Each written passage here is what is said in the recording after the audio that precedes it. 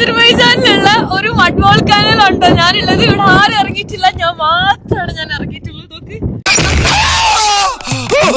എന്താണ്?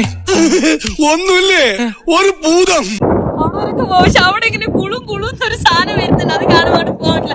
ഇവിടുത്തെ ആൾക്കാർ വന്ന് ഇവിടെ എല്ലാം കത്തിച്ചൊക്കെ നോക്കുവായിരുന്നു.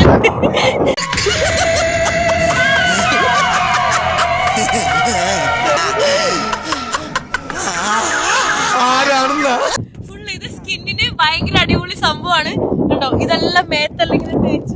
നിനക്കെന്താ വല്ല കിർക്കുണ്ടോ? അവനവന്റെ സൗന്ദര്യം അവനവൻ തന്നെ സൂക്ഷിക്കണം.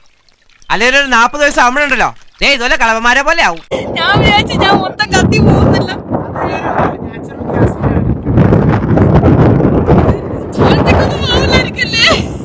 സൈക്കോസിന്റെ പല അവസ്ഥാന്തരങ്ങളും കേട്ടിട്ടുണ്ട്, പക്ഷെ ഇത്ര ഭയാനകമായ ഒരു പ്രശ്നം ഇത് ആദ്യ.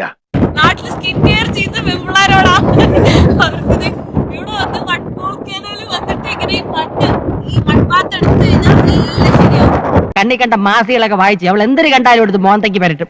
സീരിയസ്ലി ഈ താഴേക്കുള്ള ഫീൽ അത് പറഞ്ഞാൽ മനസ്സിലാവേയില്ല, അത് എക്സ്പീരിയൻസ് ചെയ്താൽ മാത്രമേ മനസ്സിലാവുള്ളൂ. കാരണം എന്തൊക്കെയോ ആവുന്നുണ്ട്, കുളു എന്തൊക്കെയോ ആയിക്കൊണ്ടിരിക്കുന്നു. എന്റെ മുടിപ്പര അമ്മജി ഇതെന്തൊരു ജമ്മം. ഇവിടെ വന്നിട്ട് ഇത് കണ്ടിട്ട് പോയാൽ അതിലൊരു ത്രില്ലുമില്ല.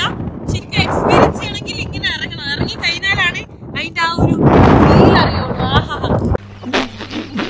പലതരത്തിലെ കുളി കുളിച്ചിട്ടുണ്ടെങ്കിലും ഇതുപോലൊരു കുളി എന്തോ വരുന്ന പോലെ ഫീൽ. ഇവളെന്താ ഒരുമാതിരി വാവെടുത്ത പശുവിനെ പോലെ?